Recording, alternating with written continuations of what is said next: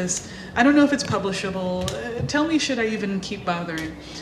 She started to read it, and she got back to me a few weeks later, and she was like, finish it. And I said, well, are you sure? I don't know. It doesn't look like any other fantasy I've ever seen. She was like, finish it. So I finished it. And I hoped that it would sell. And in fact, it went to auction, and 3 different publishers fought over it. So it did sell. So. Alors ça fait partie de ma décision de tout réécrire.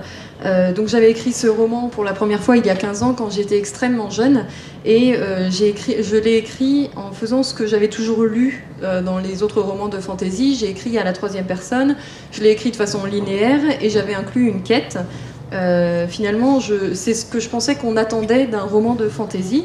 Et quand j'ai vu qu'il ne se vendait pas, je me suis dit c'est juste que je suis pas assez douée. Donc je me suis mise à écrire d'autres romans et là je me suis dit bon ça y est, là je me suis améliorée. Ça se vendait toujours pas. Là j'ai commencé à me mettre en colère. Je ne comprenais pas. Je savais que j'étais assez bonne maintenant. Et je me demandais vraiment pourquoi ça se vend pas. Du coup j'ai repris le premier roman et j'ai arrêté d'essayer de faire ce que je pensais être censé faire. Et j'ai fait ce que j'avais envie de faire. Et à partir de ce moment-là, je me suis laissée aller. J'ai fait ce qui me paraissait bien pour l'histoire et pour les personnages. J'ai écrit de façon assez naturelle. Et au bout de une centaine de pages, je me suis arrêtée, j'ai relu et je me suis dit purée, c'est bizarre quand même. Donc j'ai appelé mon agent, je lui ai envoyé, je lui ai dit j'ai fait quelque chose, c'est vraiment nouveau. Il faudrait que tu me dises si ça pourrait être publié un jour et si ça vaut la peine que je continue parce que bon. Et elle l'a lu, elle m'a rappelé quelques semaines plus tard, elle m'a dit bon, faut que tu le termines. Je dis mais t'es sûre parce que franchement c'est un peu bizarre. Non, tu le termines. Et donc je me suis dit bon on va espérer que ça se vende. Et on l'a mis aux enchères et trois maisons d'édition se sont battues pour l'avoir. Donc oui, elle avait raison. Alors dans le roman, le personnage de départ, nous l'avons vu tout à l'heure, Yen, une jeune femme qui a été élevée dans un petit pays, qui va se retrouver dans une cour de la dynastie des Araméris, où évidemment vous pouvez l'imaginer comme héritière présomptive, elle va se retrouver au sein d'intrigues extrêmement compliquées et elle va évoluer. Et une des réussites du roman, c'est que, et on va tâcher de vous le démontrer avec Sylvain, c'est que à peu près la moitié du roman, elle a déjà beaucoup changé et elle n'est plus la jeune fille d'Arène du début.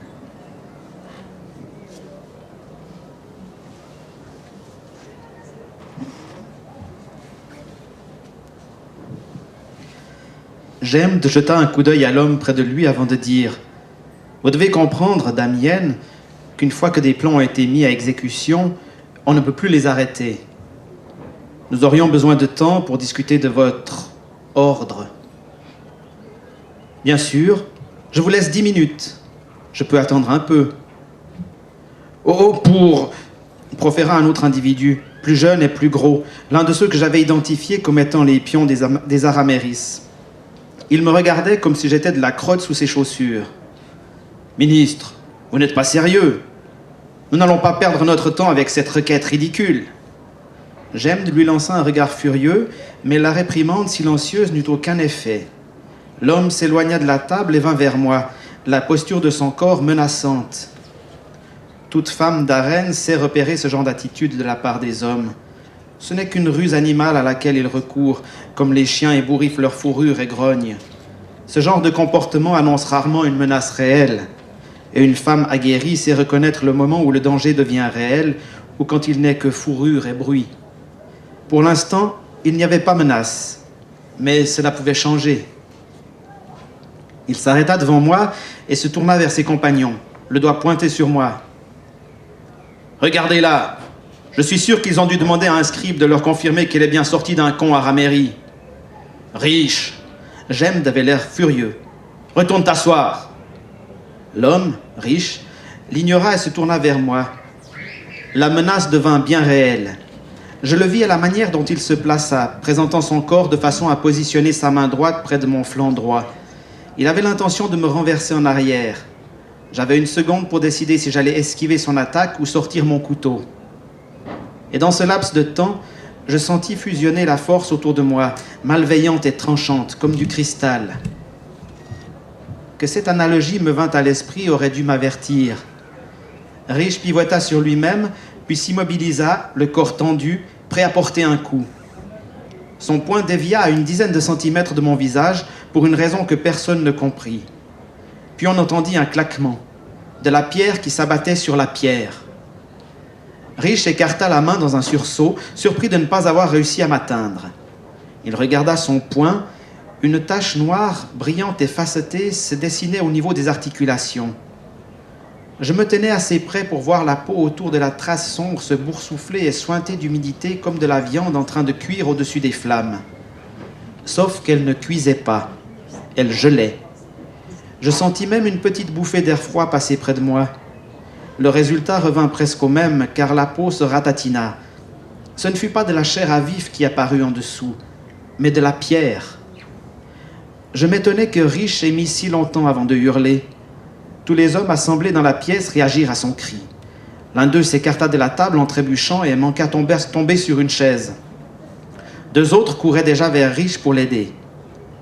Jemd voulut se précipiter vers le malheureux lui aussi, mais un instinct de préservation puissant avait dû s'emparer de son compagnon debout à ses côtés, car il attrapa Jemd par l'épaule et l'en empêcha. Judicieux.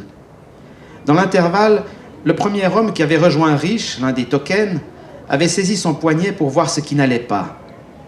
Le noir s'était répandu à toute allure. La main n'était plus qu'un gros morceau de cristal noir en forme de poing. Il ne restait de la peau que sur le bout des doigts. Je la vis disparaître sous mes yeux. Rich, fou de douleur, repoussa le token, mais ce dernier resserra sa prise afin de le calmer. Il retira sa main aussitôt d'un geste vif, comme si la pierre avait été glacée, et la contempla. Une tache noire courait déjà à sa surface. Alors, comme vous l'avez compris, Damienne devient quelqu'un qui a des pouvoirs assez extraordinaires, assez dangereux. À la fin du roman, elle va complètement changer de statut, puisque de personnage humain, elle va acquérir une autre stature, alors qu'elle a joué dans l'intrigue du roman un rôle essentiel, à la fois dans la lutte entre les dieux, puisqu'il y a des dieux qui veulent se libérer, et en même temps dans la nomination de l'héritier Araméri. Elle occupe une figure centrale, mais elle change de statut à la fin du roman.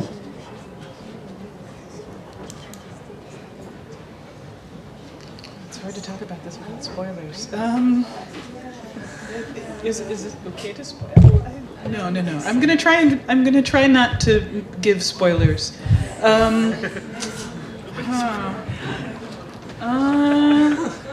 Yes, she is different. That's enough.